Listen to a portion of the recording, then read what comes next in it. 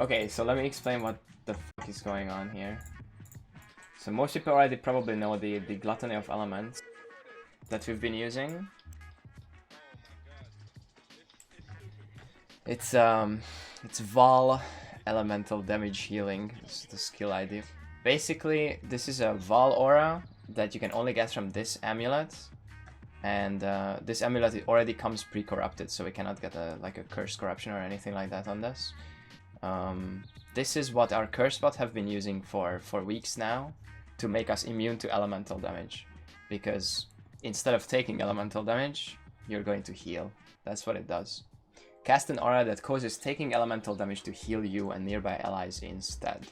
So this goes for nearby allies. So the entire group is elemental damage immune whenever this aura is up. This aura is up for a long time because we're using it on the curse support, and he's cursing himself with insane curse effectiveness with temporal chains, so making this aura last pretty much all the time. And he's also using the Soul Reaper flask. The perfect usage is you pop the Soul Reaper, you wait until like it almost runs out, and then you pop it, and then it's like locked out the least amount of time basically. So with this, the entire group can be elemental damage immune. The negative side of this is we were eating into the uptime by using Soul Eater on one of our DPSs. He was running Tornado Shot, Dahun was running Tornado Shot, and the souls that he eats, we don't get them. So we were having uptime issues sometimes on this. So what we're doing is switching him to another Volatile Dead build, basically the same build as Chili is running. And so we'll have two of those Indo-John DPSs, as Kiddo calls them. This is fine, right? Like, we've been doing this for weeks now. However, what we've learned, partly from Carverov's school, is that this mechanic works in a way that you don't take the damage and then heal it back up. You actually just negate the damage, which means that if you can find a way to convert enough physical damage that the elemental healing would outweigh the physical damage, you're completely immune to any source of physical or elemental damage, except for physical degens. Because of this, I'm using Veil of the Night, which puts my resistances at 0.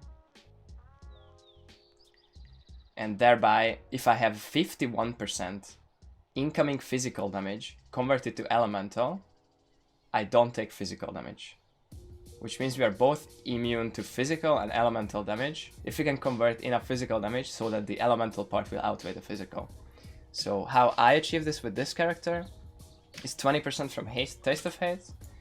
I have a double physical to Ellie Watcher's Eye with 12 and 11%, so this adds up to be...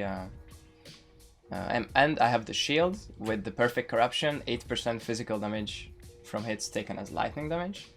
So I have exactly 51% of the incoming physical damage converted to elemental, which means I take more elemental damage than physical, which means I'm immune. I don't take damage whatsoever, as long as this buff is active. Other people in the group are achieving this with the lightning coil. I can't fit that in because this gives a huge aura AoE increase to my spider aura, so I can't fit the lightning coil in, so we had to find another way for this character to do it. And we found this Watcher's Eye and the shield method to be the most consistent.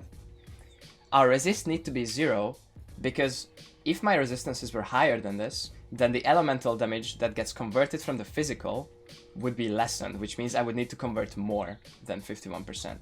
You can actually achieve this with less conversion if you go into negative resists with Venter Gamble swapping, which some other party members are doing with their lightning call setup.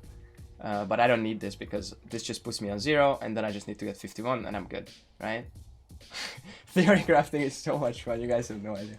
Yeah, like pretty much every time we like stop running, we like usually sit on Discord for hours. I sometimes skip like the early parts of this, but every day there is like hours and hours of just sitting on Discord and looking at shit like this that we could like improve or make ourselves more tough, because at this point anything one-shots, and it seems like our damage is fine as long as we can get to the encounter, as long as we can get 1 DPS to the encounter. So now we'll have 2 DPSs, so even if one of them dies, the other one can still probably finish the encounter. Yeah, shoutouts to Carve, who let us know that that's how the gluttony mechanic works, the fact that it negates the damage. We went and tested it ourselves, of course. We went into Blood Aqueducts and got 51% conversion and got hit by monsters, and you look at it, you take no damage. So you're perfectly immune. There's another thing. The Watcher's Eye conversion only works when we have Purity of Elements active. So the group has to have a Purity of Elements in there somewhere. But remember that any plus resist that we get is bad for this. So we have to have a level 1 Purity of Elements, which is both Snap and me have this. This is just the backup here. Okay, you are immune to Fizz and Ellie. What about Chaos? Well, we go CI. We always go CI for the biomes where Chaos damage is an issue. If you're immune, why do you get block chance then? Because the first 20% of the delve, or any time the Gluttony drops for like a second or two, any percent based avoidance still helps. Dodge, block, evasion is still good. Like you get hit, you block it, you dodge it, you evade. Like, it can happen. No, it's not. Remember, anytime like Evan makes a mistake and he locks out his Gluttony with a flask accidentally, we're fucked, right? Or like, so those defenses still come in. How do you complete rooms with Sand Tornadoes? You start the encounter and then you run out of the room and then you can Frostfall the tornadoes and they won't reach you. Fun fact, you can also conversion trap the tornadoes and get rid of them. They're actual entities. So if you throw a conversion trap and it doesn't get killed and the tornado goes into it, it will disappear. But it's easier to just Frostfall them. They can't pass the Frostfalls for some reason.